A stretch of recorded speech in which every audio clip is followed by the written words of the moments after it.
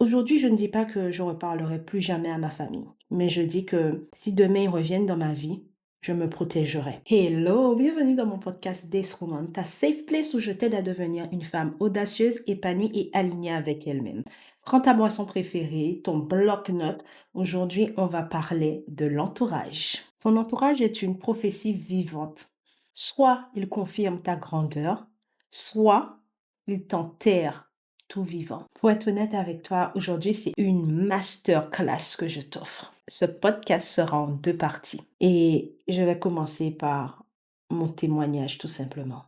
Parce que c'est bien beau de donner des conseils, mais si on les a pas vécus, c'est pas pareil. Je fais partie de ces personnes qui avaient, je dis bien avaient parce que beaucoup de choses ont changé, gloire à Dieu, qui avaient un entourage toxique. C'est Ça m'a pris du temps, voire même des années pour mettre les mots sur les gens qui m'entouraient, sur ce qu'on me faisait, sur la réalité simplement. Je faisais vraiment partie de ces personnes qui croyaient que tout le monde avait la capacité de changer. J'y crois toujours. Je crois fermement que tout le monde a la capacité de changer. Mais la différence, c'est que je me protège. Je fais attention, que ça soit en amitié, en famille ou en amour. Malheureusement, j'ai connu des expériences toxiques. Je vais parler de la famille parce que la famille, c'est celle qu'on ne choisit pas. Donc, c'est parfois plus difficile de s'en détacher. Il y a quelques années, j'avais demandé au Seigneur que pour mes 30 ans, de décharger mon bateau de toutes les personnes qui me détruisaient. Parfois, on fait des prières et je pense que on n'est pas conscient de ce qu'on demande jusqu'à ce que la chose commence à arriver dans notre vie. Et ça a été mon cas. C'est une prière que j'ai faite, que j'ai demandée vraiment avec foi parce que au moment où j'ai fait la prière, j'étais vraiment dans une phase de souffrance. Pas une souffrance que j'avais méritée ou choisie, mais une souffrance qu'on m'avait infligée. Donc, j'avais fait cette prière avec mon cœur, avec l'amour, avec la sincérité, vraiment avec un vrai ressenti en fait. Et j'ai été exaucée quelques années plus tard, pas à mes 30 ans, mais à partir de mes 31 ans jusqu'à mes 33 ans, donc jusqu'à cette année. Donc, pour te raconter la petite histoire, j'ai fait cette prière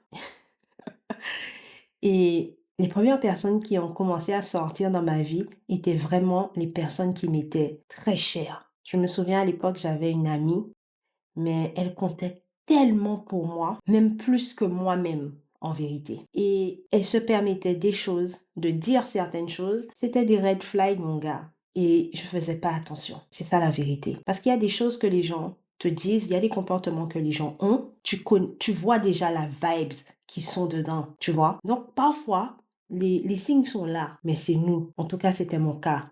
Moi, je voyais les signes, mais je restais tout simplement. Je me suis retrouvée à un moment où cette amie en question, à chaque fois que j'avais une réussite dans ma vie, au lieu d'être là pour me féliciter, elle était là pour essayer d'écraser ma réussite. Allez, vas-y, on rentre dans les détails. Dès que tu lui disais quelque chose de bien sur toi, il fallait qu'elle te montre que elle aussi, elle a fait quelque chose de bien, mais plus grand que toi. Jusqu'à un jour où ça a été le point de non-retour. Donc, j'ai juste coupé les ponts. Et en vérité, j'ai eu plein d'expériences comme ça. La famille, c'était la même chose. Aujourd'hui, je ne dis pas que je reparlerai plus jamais à ma famille, mais je dis que si demain ils reviennent dans ma vie, je me protégerai. Ce que je n'ai pas fait dans le passé, je le ferai maintenant. Parce que j'ai appris, je vais te parler un peu de l'expérience de la famille. Ma famille avait toujours tendance à me ramener de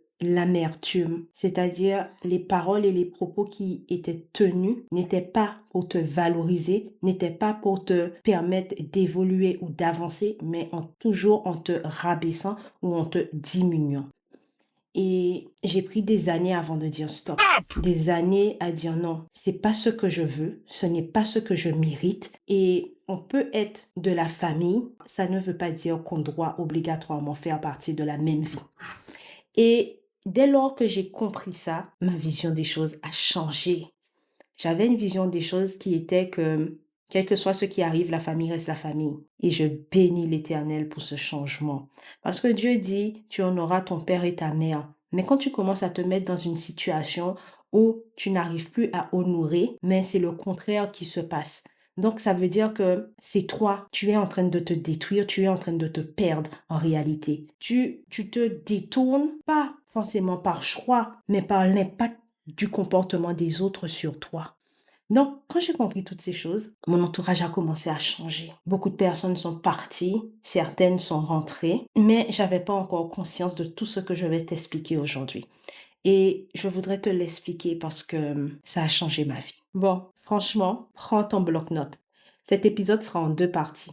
Dans la première partie, tu as eu mon témoignage. Maintenant, on va passer à quelque chose que je trouve qui est vraiment important d'avoir. Je te laisse le découvrir. Attends, j'ai oublié. Si tu t'es reconnu dans tout ce que je viens de te raconter, et my Roman, abonne-toi. Pourquoi t'es pas abonné? Vas-y, clique, abonne-toi. Rentre dans la team des Roman, dans ce feu de femmes puissantes. J'ai compris que l'entourage était très puissant par mon vécu parce que l'entourage influence ton état d'esprit. Je te le redis encore.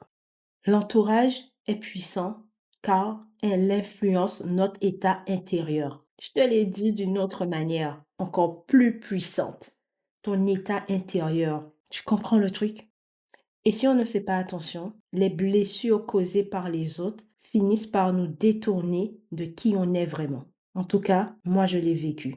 Et je peux te dire que pour te retrouver par la suite, ouah, le chemin, il est lourd. Le chemin, il est long. Ah, c'est vraiment un parcours. Ils finissent par endurcir ton cœur et, en vérité, ils finissent simplement par te perdre. Ton entourage peut être une bénédiction comme une dévastation. Aujourd'hui, je te parle de quelque chose qui a vraiment été très difficile pour moi. Supprimer toutes les personnes qui retiraient ma paix intérieure simplement. Et je sais que ce n'est pas quelque chose d'évident parce que ça m'a pris des années juste pour commencer. Mais c'est une nécessité. Femme que tu dois être, tu seras obligée de te séparer de certaines personnes. C'est une certitude. En réalité, avec des années de recul, j'ai compris que lorsque j'aimais quelqu'un, lorsque je tenais à quelqu'un, j'avais peur de le perdre. J'avais tellement peur de le perdre que j'étais prête à me perdre moi-même pour que cette personne puisse rester dans ma vie. Mais mon électrochoc a été une question simple. Tu as peur de perdre les gens, mais en réalité autour de toi, qui a vraiment peur de te perdre? Toi aussi, pose-toi cette question. Et tu verras que ceux qui ont peur de te perdre sont peu nombreux. Ton entourage, c'est comme un climat. Il peut te faire fleurir comme il peut t'assécher. Mais tu dois être capable de reconnaître les signes. Il peut te guérir ou te détruire. C'est pour ça qu'il faut vraiment le choisir avec sagesse et discernement. Ton entourage, ce n'est pas juste les gens que tu connais, c'est ceux qui ont un effet sur toi. Je m'explique. Ceux qui te donnent de l'énergie ou ceux qui t'envolent. Ceux qui te rapprochent de Dieu ou ceux qui t'éloignent de ta paix. Même une personne que tu suis sur Instagram fait partie de ton entourage si elle influence ta vie. Sache que même sans interaction directe, ces contenus influencent ton état d'esprit, façonnent ta perception de toi, des autres, modèlent tes valeurs, tes pensées, tes réactions et pénètrent dans ton cœur, que tu le veuilles ou non. Ce que je veux te faire comprendre aujourd'hui, c'est que ton entourage, ce n'est pas juste les personnes qui t'entourent. Depuis le Covid, j'ai complètement arrêté de regarder les informations. Je ne supporte pas les informations parce que je le veuille ou pas, ça m'impacte, ça me touche et ça rentre dans mon cœur. Donc, j'ai préféré arrêter pour me préserver. Je t'ai donné cet exemple pour te faire comprendre que ton entourage, ce n'est pas juste les gens qui t'entourent physiquement. C'est aussi ce que tu regardes, ce que tu lis, ce que tu écoutes, les influenceurs, TikTok, les podcasts, les musiques. Tout cela façonne ton cœur, ton mental, ton énergie. Tout à l'heure là, je t'ai pris l'exemple des informations. Si tu écoutes du chaos, tu te remplis de chaos. Si tu écoutes du vide, tu te remplis de vide. Franchement, c'est quelque chose que j'ai appris. Donc aujourd'hui, je fais très attention à ce que je consomme, tout simplement. Dis-toi que l'algorithme, c'est ton miroir. Il te montre ce que tu laisses entrer dans ta vie et dans ton cœur, bien sûr. Alors sois intentionnel. Oui, sois intentionnel. Dans tout ce que tu fais, sois intentionnel. Si tu es à la recherche d'une vie saine, épanouie et alignée, commence par un entourage qui élève ton âme, même digitale. Si je peux te donner un conseil, protège ton cœur, sinon le monde s'en chargera pour toi. Bon, fini les petits papotages. passons aux choses sérieuses. Je vais te partager un verset qui m'a vraiment aidé à voir les choses différemment. Proverbe 4, 23. Garde ton cœur plus que toute autre chose, car de lui jaillissent les sources de la vie. Bon, toi et moi, on doit avoir une discussion. À quel moment Dieu a dit de garder les gens qui détruisaient notre paix dans notre vie? À quel moment il a dit ça? Je te pose la question et je voudrais que toi-même tu te poses la question. Écoute-moi, le jour où tu comprendras que ton cœur c'est la source, c'est la base, c'est ta fondation. Et ce que tu laisses entrer dans ton cœur détermine la qualité de ta vie. Ta paix intérieure, ta relation avec Dieu, tes décisions, ta vision du monde et de toi-même, ta capacité à aimer, à créer ou à croire, et même tes rêves et tes missions. Si tu as du mal à comprendre que veut dire garde ton cœur plus que toute autre chose, simplement sois intentionnel. Ne sois pas en pilote automatique. Tout ce que tu fais, fais-le avec une intention. Tout ce que tu laisses rentrer dans ta vie, que ça rentre avec une intention pour un but. Je voudrais que tu puisses écrire cette phrase dans ton bloc-notes et que tu le répètes régulièrement. Je mérite la paix. Je mérite l'élévation. Donc, je filtre, je trie, je protège la femme que je suis. Ton entourage ne doit pas être une conséquence, mais un choix.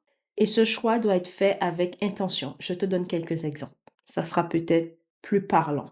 Voici des exemples de mode de vie en automatique. Regarder des stories sans réfléchir, fréquenter des gens parce qu'ils sont là, laisser entrer des pensées négatives à l'intérieur de toi. Et maintenant, je vais te donner des exemples de vie intentionnelle. Choisir des comptes qui t'inspirent et qui te nourrissent. Créer des relations alignées avec tes valeurs. Reprogrammer ton mindset avec la foi, la parole et l'audace. J'ai compris ça dans la souffrance, mais la Bible, elle est vraiment puissante. Il y a tellement d'enseignements dans la Bible que si on les comprend et on les garde, on les met en pratique, ça nous éviterait beaucoup de souffrance. La Bible nous dit, les mauvaises compagnies corrompent les bonnes mœurs. Franchement, je l'ai vécu. J'avais une amie qui a toujours eu un comportement qui n'était pas aligné avec mes valeurs. Mais qui suis-je pour la juger? Personne. Donc, je me suis toujours dit que cette personne, je l'aime, je l'apprécie et un jour, elle changera jusqu'à ce que son mauvais comportement puisse commencer à nuire dans mon couple. C'est pour ça que je te dis parfois, hein, on peut éviter certaines situations, mais lorsque tu le vis, c'est encore plus puissant. Il faut apprendre à voir les choses de la bonne manière. Chaque épreuve nous donne des capacités surnaturelles. Sache que tu peux avoir un bon cœur, une bonne vision, une bonne énergie, tout ce qu'il y a de meilleur. Mais si ton entourage est toxique, moqueur, malsain, envieux, tu vas finir par t'éteindre. Pas d'un coup, mais petit à petit. Et ce que je veux que tu puisses comprendre, c'est que ce n'est pas toi qui changes, c'est ton entourage qui t'affaiblit, qui influence ton comportement, qui influence ta manière de parler, ta manière de fonctionner, ou qui refroidit ta foi. Et parfois, c'est si subtil que tu te rends compte lorsqu'il est trop tard. C'est ça le piège en fait. Je vais te donner 3 clés. Dans la première partie, je vais te donner une clé qui pour moi est une nécessité que toutes les femmes devraient développer. Et dans la prochaine, on approfondira la chose avec un peu plus de puissance. La première clé que je peux te donner permet de prendre conscience pour t'aider tout simplement à construire un entourage sain est le discernement. À l'époque où toutes ces choses me sont arrivées, j'avais pas de discernement. Je m'interrogeais même pas sur le discernement. Je faisais juste confiance. Quand tu penses que tout le monde a un bon côté, c'est très bien, mais ça peut également te détruire. Donc, j'avais pas ça. J'avais pas ce truc qui faisait que je me disais stop, non, non, tu n'y vas pas. Donc, je voudrais vraiment que tu puisses comprendre l'importance du discernement dans ton entourage. Le discernement, c'est ce qui te permet de ne pas donner accès à tout le monde, à ton cœur, à ta vie, à ton monde simplement. Observe le fruit que portent les gens, paix ou tension, foi ou confusion. Le discernement, c'est vraiment quelque chose de puissant. C'est la capacité à discerner quelque chose au-delà de l'apparence. C'est reconnaître ce qui est bon ou mauvais pour toi, ce qui est vrai ou ce qui est faux. C'est une force intérieure que tu développes pour faire les bons choix dans ta vie. Et en réalité, ça te permet de protéger ton cœur. Le discernement te permet de reconnaître les relations qui t'élèvent, même si elles te challenge, d'identifier les personnes toxiques, même si elles sont bonnes en surface, voir les énergies lourdes, voir les intentions cachées. Si tu ne cherches pas à développer ton discernement, tu peux te retrouver à créer des relations flatteuses mais creuses, vides, avoir des influences douces mais destructives, des voix qui te détournent subtilement de ta mission. Et je te l'ai dit, j'avais un gros problème avec le discernement. Moi, j'étais dans un monde de bisounours, hein. Bisounours. C'est pour ça que je viens te parler en toute franchise, honnêteté, parce que le discernement est vraiment l'une des clés essentielles pour avoir un bon entourage. Je n'ai jamais fait attention à ce point avant de donner accès à ma vie aux gens.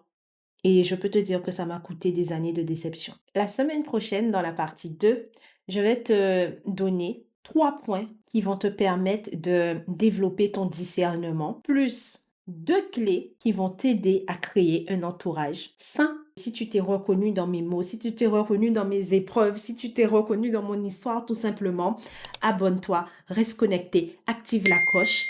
Dimanche prochain, la partie 2 sortira à 19h. Et n'oublie pas, on ne subit pas les relations, on choisit avec foi et discernement. Si cette vidéo t'a plu, partage-le avec une femme que tu sais qu'elle a un potentiel hors norme, hors pair, juste elle est une femme exceptionnelle, qu'elle est appelée à faire de grandes choses, qu'elle est une femme bénie, mais son entourage la descend vers le bas. Partage-lui cette vidéo. Ça lui permettra de prendre conscience qu'il y a du changement à faire, qu'il y a du nettoyage à faire, qu'il y a un filtre qui est nécessaire pour devenir la femme qu'elle doit être. Et pour la clôturer, comme toujours, on va lire un verset de la Bible. Proverbe 17:17. Franchement, j'aime énormément ce verset parce que je trouve qu'il est... Attends, je vais te le partager et après on parle. L'ami aime en tout temps et dans le malheur, il se montre frère. Lorsque tu as quelqu'un comme ça à côté de toi, garde-le, chéris-le, bénis-le. C'est une pépite, les gens comme ça. Une vraie amie ne se révèle pas seulement dans les moments de joie, mais surtout dans l'épreuve. L'ami aime en tout le temps et dans le malheur, il se montre frère. Je te laisse sur ce verset, médite ce verset et commence à regarder ton entourage. La semaine prochaine, on va faire un travail plus poussé. Que Dieu te bénisse. You say I'm poison in a glass, but you still sip